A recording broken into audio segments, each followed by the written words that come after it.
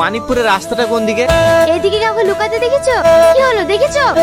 এই সালমা তোমাকে দেখি ফেলেছি, তুই চল, তুই বেরিয়ে আয়। আপনাকে বলতে মানা করতে তো আপনি বললেন কেন? এবারে আমি চলে কেন না? কি হলো? ওখানে ভিডিও করে কি দেখছেন? কেন বললেন বলেন? আমি নিজের চোখে তোমাকে লুকোতে দেখেছি, আর এই মেয়েটা এসে জিজ্ঞেস করছে আমি কি করে মিথ্যে কথা বলি বলো? ওরে বাবারে, ও তো সত্যি কথা বললো। আমাকে চোর বানিয়ে দি, এখন আবার বলছি আমি মিথ্যে কথা কি করে বলবো বলো? এই তুই চোর হইছিস, তাহলে চোখ ধরে আমরা লুকাবো। চোখ তো ধরতেই হবে। হবে একটা লিখি। তোমরা সবাই চুপ করো। এই ছেলেটা কলকাতা থেকে এসেছে, তোমাদেরকে কিছু বলতে চাই, কথাটা মন দিয়ে শোনো।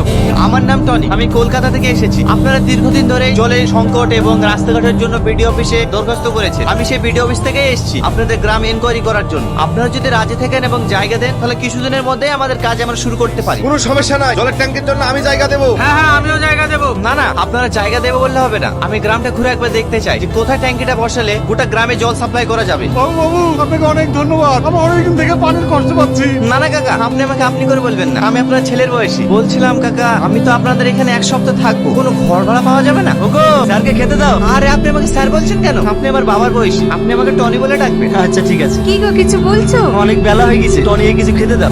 কাকিমা, ব্যাগটা ঘরে নিয়ে যা। বুড়ি, মাছের বাটিটা নিয়ে আই তো। এলেন পানি খান। তুমি এ বাড়িতে? এইটা আমাদের বাড়ি। ও, বলছি আমাকে ক্ষমা করে দিয়ে। কিসের ক্ষমা? সকালে আপনার সাথে যে খারাপ ব্যবহারটা করেছি, এতে আমার খুব খারাপ লাগছে, তার লেগে। অবশ্যই ক্ষমা করবো। তার আগে বলো, তুমি আমাকে যে জলটা খাওয়ালে, এই জলটা কোথাকার? কেন ঘাটের পানি খেতে কি আপনার কোনো অসুবিধা হয়েছে নাকি? না না, অসুবিধা হবে কেন?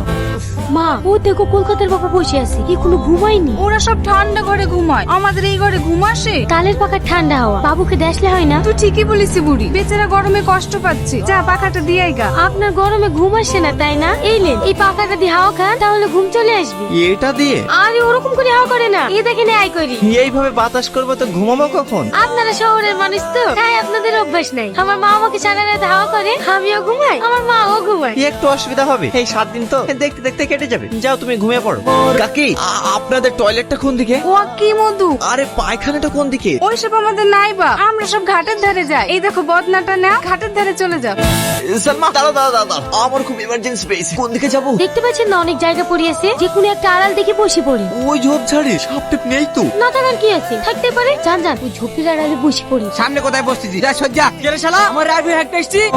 আরে বাবু, আপনি এই রাইভে কো পায়খানা ফেরে? যান যান, ওইদিকে যান। আমার আর কোথাও যাওয়ার জন্য নাই, এখানে হয়ে গেছে।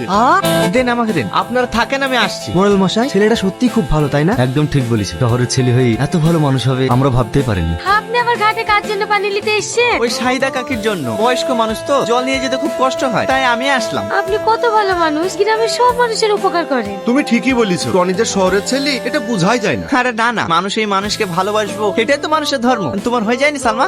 সালমা, তোমার মনে হয় কষ্ট হচ্ছে, দাও কলসিটা আমাকে দাও। না না, আমার কষ্ট হচ্ছে না, আপনারই অভ্যাস নাই। আমাকে দিন, আমি নিয়ে যাচ্ছি। আরে না না, ঠিক আছে চলো। আচ্ছা, এই গ্রামে আপনি আর কদিন থাকবেন? 4 দিনের মধ্যে চলে যাবো। 4 দিনের মধ্যে চলে যাবেন? আপনি যেভাবে গ্রামের মানুষের সাথে মিশে গিয়েছেন, আপনি চলে গেলে গ্রামের মানুষের সবার কষ্ট হবে। শুধু গ্রামের লোকেরই কষ্ট হবে, তোমার কষ্ট হবে না বুঝি? হ্যাঁ, আমারও হবে। তাই নাকি? তাহলে এই গ্রামে বিয়ে করে থেকে চাই, তাহলে তোমার আর কষ্ট হবে না। আপনিও না? আপনাদের স্বার্থে আপনাদের গ্রামে যে জল ট্যাঙ্কি ও রাস্তাঘাট ঠিক করার জন্য যে ডিলটা ফাইনাল হয়েছে, সেটার জন্য আপনাদেরকে কলকাতায় যেতে হবে এবং সেখানে গিয়ে সই করতে হবে। আমি বাপের কালে গাড়িতে চড়িনি, গাড়ি দেখলে আমার বুক ধড়ফড় করে। আমিও যেতে পারবো না বা, গাড়িতে চড়লেই আমার বমি হয়। টনি, এরা তো কেউ যেতে পারবে না, এখানে সই করে নিয়ে গিয়ে তুমি জমা দিলে হবে না? বই করলে কোনো অসুবিধা হবে না তো? এই তোকে সই করতে বলছো, সই কর।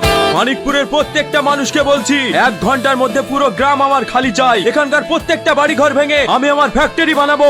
এই বাড়ি ভাঙে ফকটিয়া পেয়েছি না, তোকে এর আগে মানা করেছিল, আবার এসছি। এ কি বলছেন মডেল সাহেব? আপনি তো আসার সুযোগ করে দিয়েছেন। কি বলি তুই? টনিকে দিয়ে তোদের পুরো গ্রামকে গ্রাম ফিতে করে নিয়েছি। খবরদার, একটা ভালো ছেলে নামে দুর্নাম করবেন না। তোর তো গায়ে বাঁধবে, কারণ তুই টনির প্রেমে হাবুডুবু খাচ্ছিলিস।